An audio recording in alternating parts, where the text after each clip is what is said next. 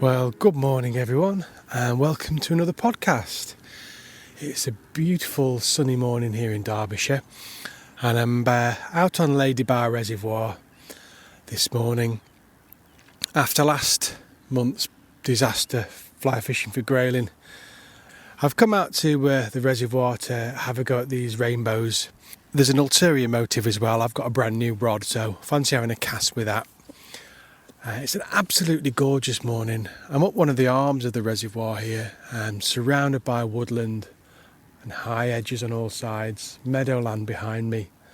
There's a few sheep moving about. It's a beautiful, clear morning, very, very still. I could do with a little bit more ripple. You can see the odd midge coming off and there's a bit of frost on the ground. I've got a 9-weight rod. It's a bit too heavy for what I'm doing this morning, but I fancy a cast with it. But because I've got the 9-weight, what I'm going to do is fish some of these big snake flies and see if I can get some rainbows on these snakes. They're just long bits of rabbit fur really, but the difference is the hook right at the back. It's a stinger hook, so there's a length of braid runs through the fly and the hook is right at the back. So any trout that nip get hooked, so they can be quite effective. Let's have a go, see how we get on. It's a floating line, but I have got a little poly leader on the end, a fast sinking poly leader of about 5 foot, a further 4 or 5 foot of leader after that, just to help that fly get down. Let's have a look at this fly, check it's all in order.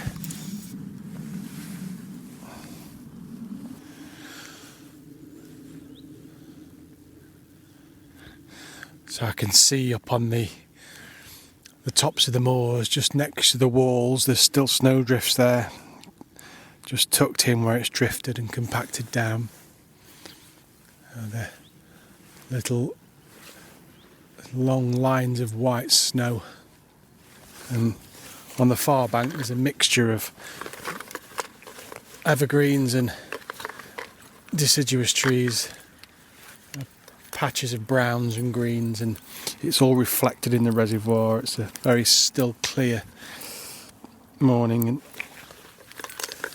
the reservoir's like a giant mirror. There's the odd midge coming off, but it's a bit early in the year to see fish rising. Water's still very cold and a lot of this snow melt coming down, so the fish tend to hug the bottom. Right, let's get a few casts out. See how we get on.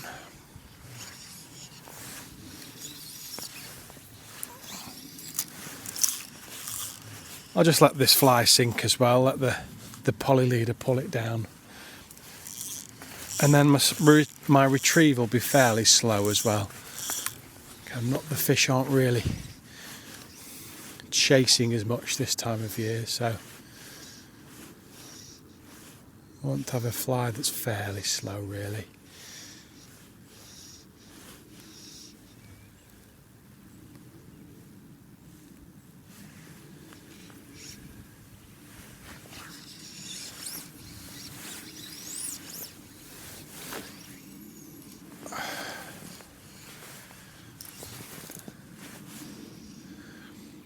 It's really sunny as well, so it's not ideal, still and sunny, but provided I can get this fly down, if we can actually get it past a fish, I think there's a reasonable chance something will have a nibble at it.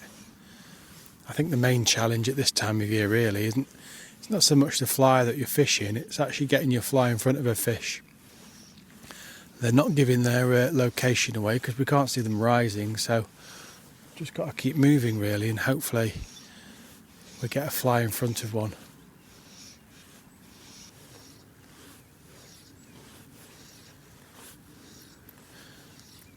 And there's been a few fish coming out over the past couple of weeks since the season started here.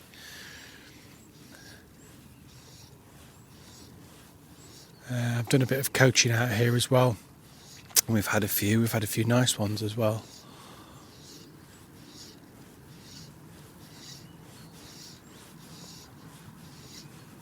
Oh, the rod's casting nicely anyway. It's a rod I won when I won a competition last year, and I've not really had a chance to cast with it, so I'm really going to use it for pike. and salt water with it being a 9 weight, but I fancied having a go on it, and so what I thought I'd do is come and cast some of these big flies.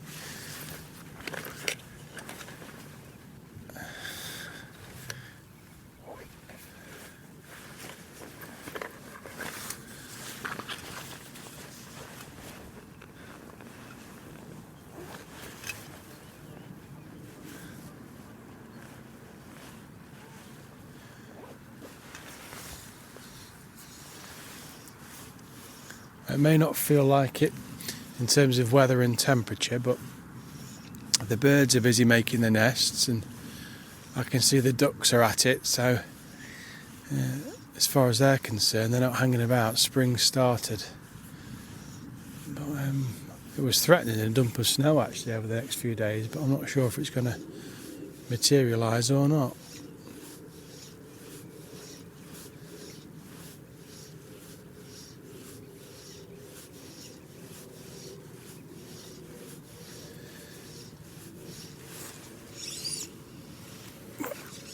It's nice to get out. As I mentioned in the last podcast, I've been in the office solidly over winter, and I've not been getting out enough, and I've been going stir crazy the past couple of weeks,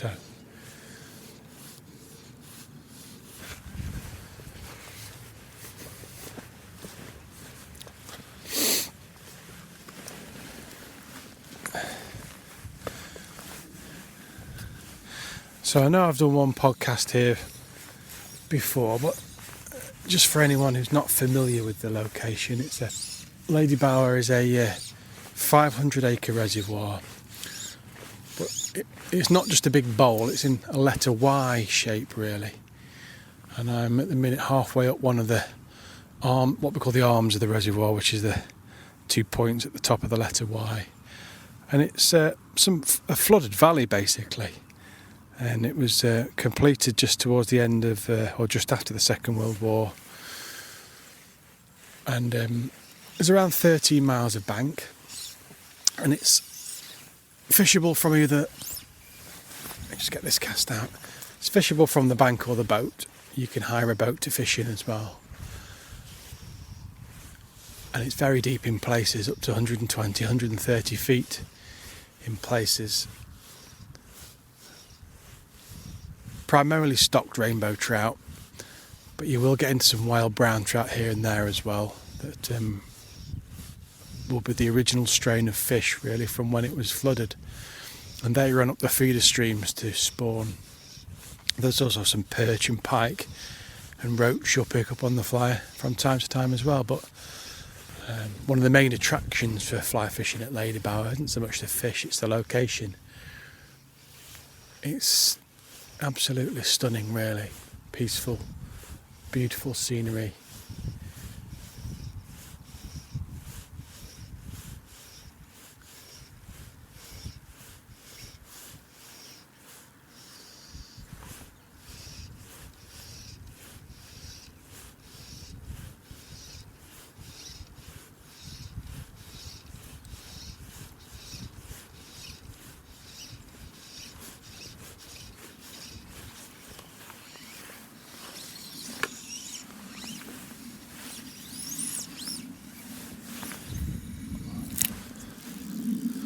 There's nothing special about this type of fishing really, there's no great secret to it.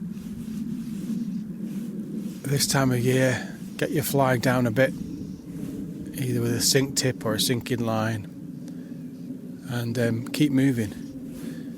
Keep just wandering and exploring, because there's a tendency for the fish to shoal up and either be slow or stay where they are, and you've got to go and find the fish, not expect them to come to you really at this time of year.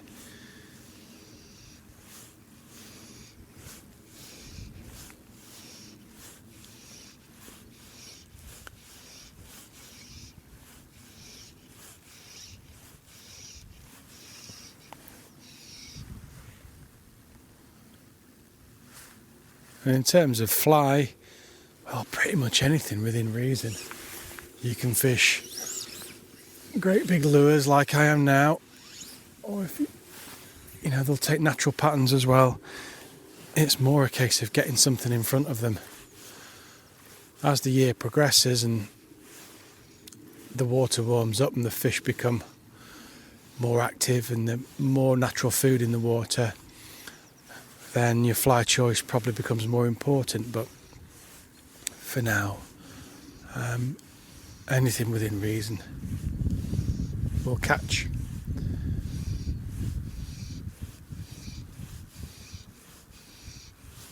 And the only insect I'm really likely to see today will be midges, which I can see a few of. But the fish aren't active enough, and there's not sufficient quantities of food for them to come up and feed. That's one for later in the year. I'm only casting about probably 20 to 30 feet. So fishing fairly close in.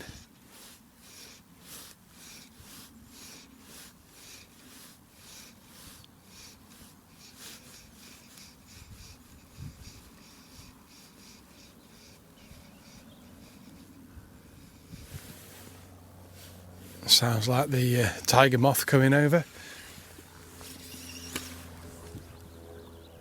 I can't quite see it for the sun, but it sounds like it. There's one of these, a tiger moth plane where you can buy an experience to go up in it that often comes over the reservoir. He's just, there he goes, heading over the other arm.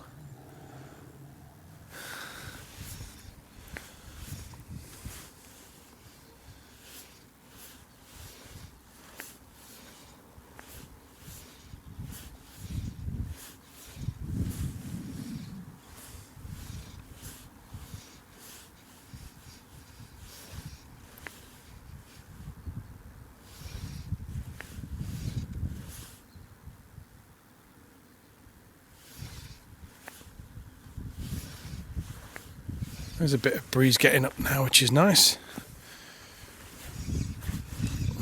Just stop this sunshine from penetrating down to the deep, and there's a bit of cloud appearing, which is good. Hopefully we'll get a little bit more and just darken these skies a touch. Oops, feels like I've picked up a twig or something. Yeah, let's shake it off.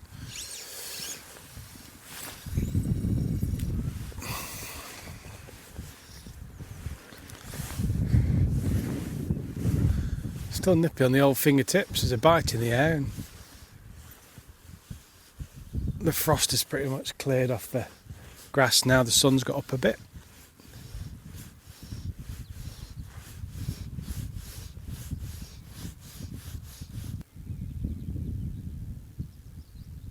And when there's no traffic on the road the other side, and there's an aeroplane now, but occasionally, just occasionally, when there's no cars and no planes overhead, you get that deafening silence, that dead quiet where there's almost a pressure on your ears. It's absolutely lovely. And just got the echoing sounds of Canada geese down the valley.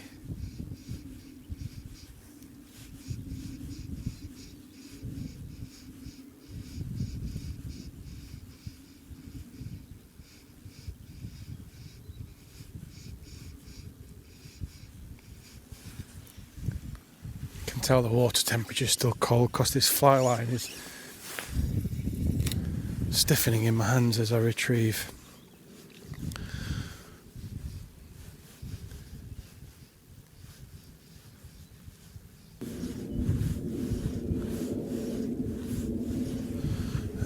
And there's not another angler in sight up here. Maybe they know something I don't.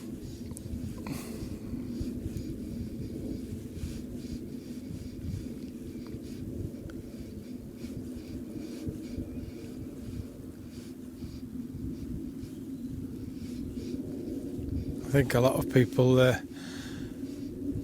seem to want to fish near their cars these days. They really don't want to. I don't know whether it's something that's come from coarse fishing. I see fly anglers with boxes and boxes and boxes of gear, I honestly don't know what they've got in them, to be honest. I guess different lines and lots of flies and stuff, but for me the whole joy of fly fishing is the mobility, being able to get out and walk the banks and get away from my car and get away from the roads. Totally fair enough if you struggle with walking or disabled or mobility is a problem, then absolutely, but I see a lot of anglers who that is not an issue and they insist on having to fish near their car. And it's a shame because they miss out on some great times. But each to their own. That's the beauty of fly fishing, isn't it? It's everyone has the different things they enjoy doing and different ways to approach it, and as long as you're having fun, that's fine with me.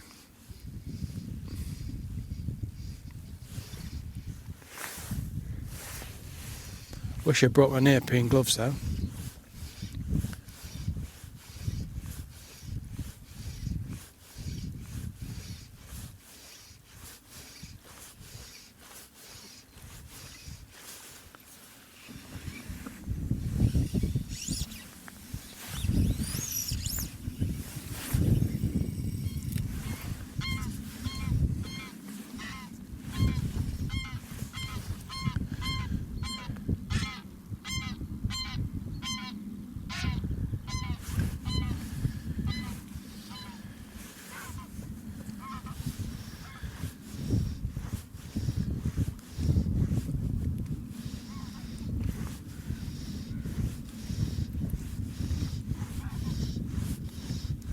Totally absorbed in my own thoughts there. And first I put the line into the fence behind me, and then I put it into the hawthorn trail. Alright,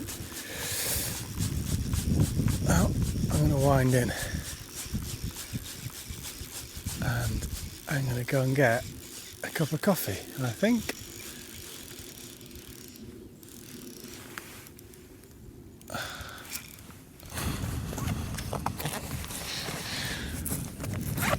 well, I'm back. I've gone and had a cup of coffee, half of which I threw over my car boot, and a slice of fruit cake, and I'm back on it. So start getting these casts out again. One thing I do, I don't fish when I'm trout fishing, I don't fish as hard as I used to. And if I'm salmon fishing, I'll really go for it and have an 8-hour stint at it with just a break for lunch and maybe the odd drink. But when I'm trout fishing, I take my time and have plenty of breaks and cups of tea and sandwiches and things, and just enjoy being out. I've caught enough trout to not worry too much about it.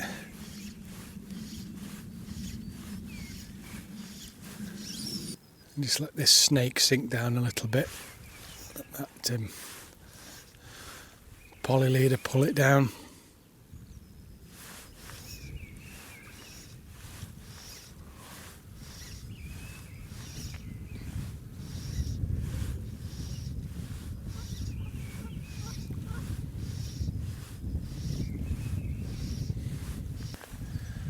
Got some birds of prey hovering above, looks like a couple of buzzards circling round. Try and put a few longer casts out this time, I think. Just got to get the right angle on my back cast because I've got a fence behind me.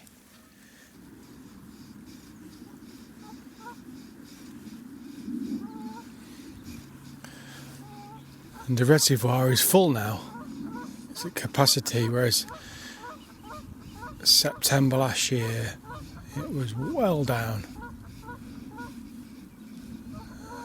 And it's amazing how quickly it fills. I was speaking to someone the other day, and they certainly knew what they were doing when they built this here. They knew exactly how much water really does gather through this valley, because it filled up from being very low, and it took about 2 weeks and it was full.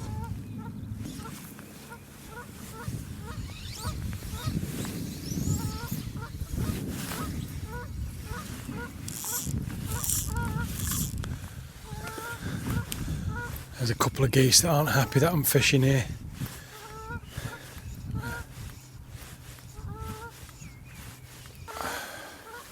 And this 9-weight's having no trouble slinging this big fly out, which it shouldn't really. It's fairly deep where I am.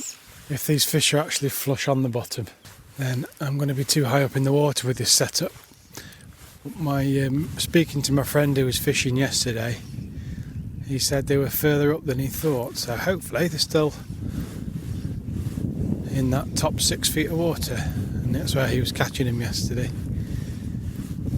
As we know in this game, it can all change, and there has been a frost overnight, so certainly not warm in there. Don't want to fall in. I'm just going to have a little wander further down past the hawthorn tree that I got caught in last time.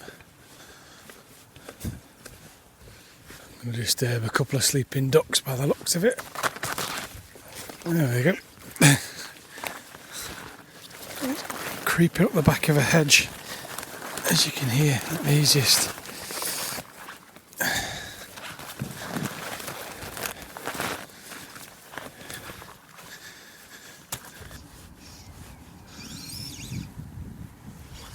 Well, I've not had a touch yet, and I'm starting to wonder one of two things: either there's nothing here on this particular bank, or they're right down at the bottom, in which case I'm not getting my fly deep enough. So I'll give it another 5 minutes, and then what I think I'll do is put a longer leader on and put I've got a few tungsten beaded flies. I'll put one of those on that'll sink a lot deeper than this snake will, and see if I can just get down another 4 foot or so.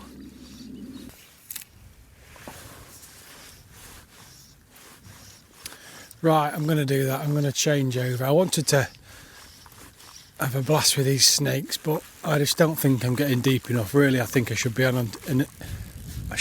a intermediate or a sinking line. And my ulterior motive today was to have a play with this rod, and I've only got a floating line for it. So let's change over flies.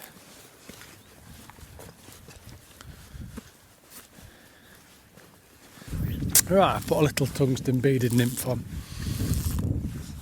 and I'll give that one a go and see if we get anything with that.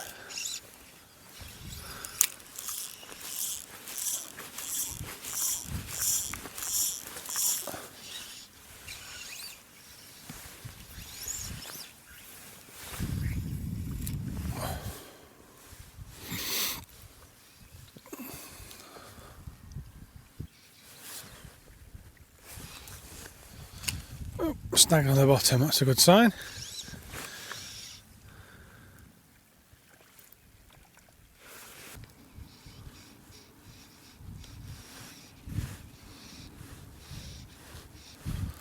Well, I've fished up this bank as far as I want to go really, so I'm going to wander back down, put some casts out on the way back as well.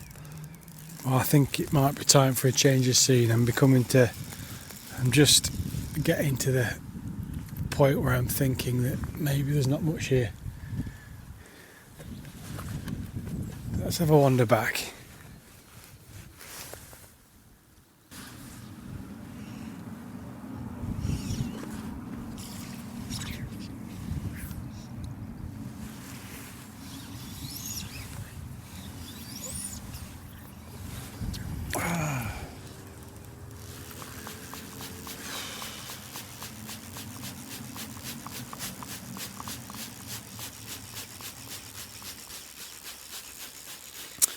Well, I've fished this bank down now, and either I'm not getting deep enough or there's nothing here, so I'm going to get back in the car, have a little drive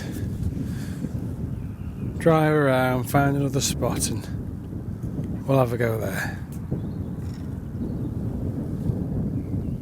Right, I've scooted down the reservoir in the car to another spot, and I've lengthened my leader as well and put a heavy tungsten beaded frits on, just to make up for the fact I've not got a sinking line. So I'm now making the assumption that the fish are deeper. So I'm going to have a half an hour here and then I'm done.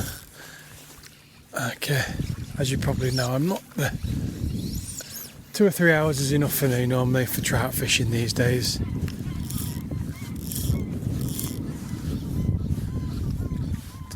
Weather's changed a bit, the wind's got up, a cold wind, and a few clouds moving in, a bit of a chop on the water now.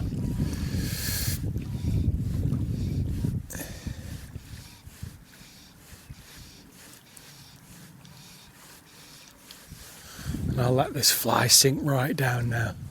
Get right down to the bottom if we can. I've got about 15 footer leader on, including the length of sinking poly leader.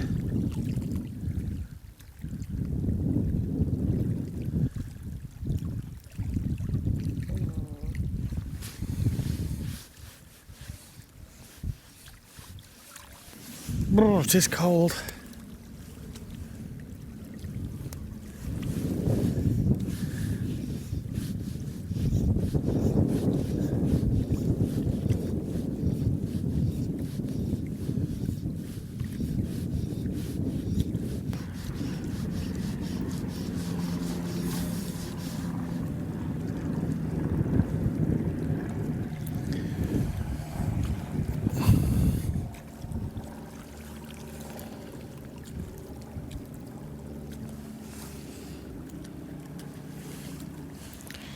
Well, this isn't shaping up good. This could now be 2 podcasts without a fish, and this was my banker. This was me. I was pretty sure we'd get into something today. Oh dear.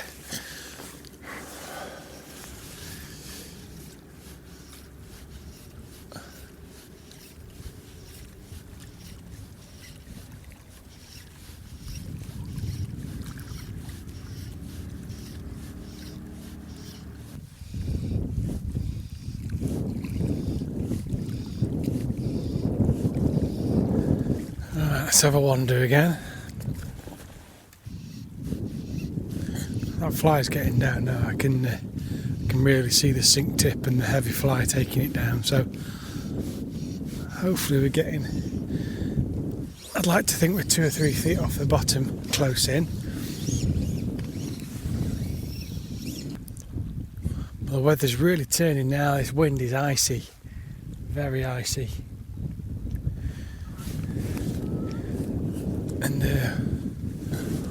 we all know the saying, when the wind's from the east, the fish bite the least.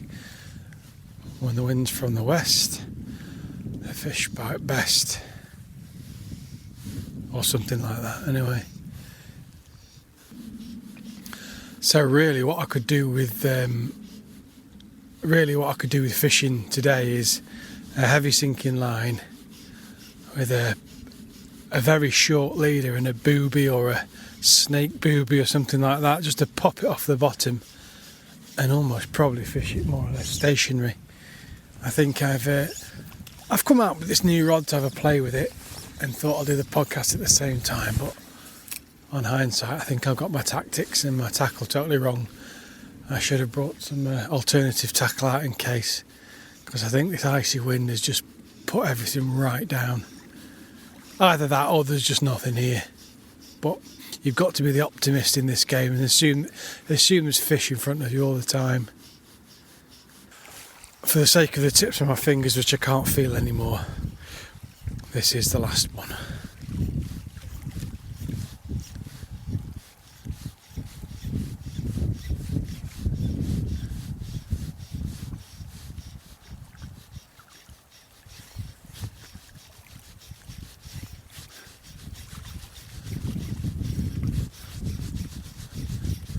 That's it, I'm done. Well, from a freezing cold Ladybower, thanks for listening to the podcast. As ever, for the fly shop, please visit shop.peaksflyfishing.com, or for more information about the fly fishing coaching and tuition, it's www.peaksflyfishing.com. Until next time, thank you. Bye bye.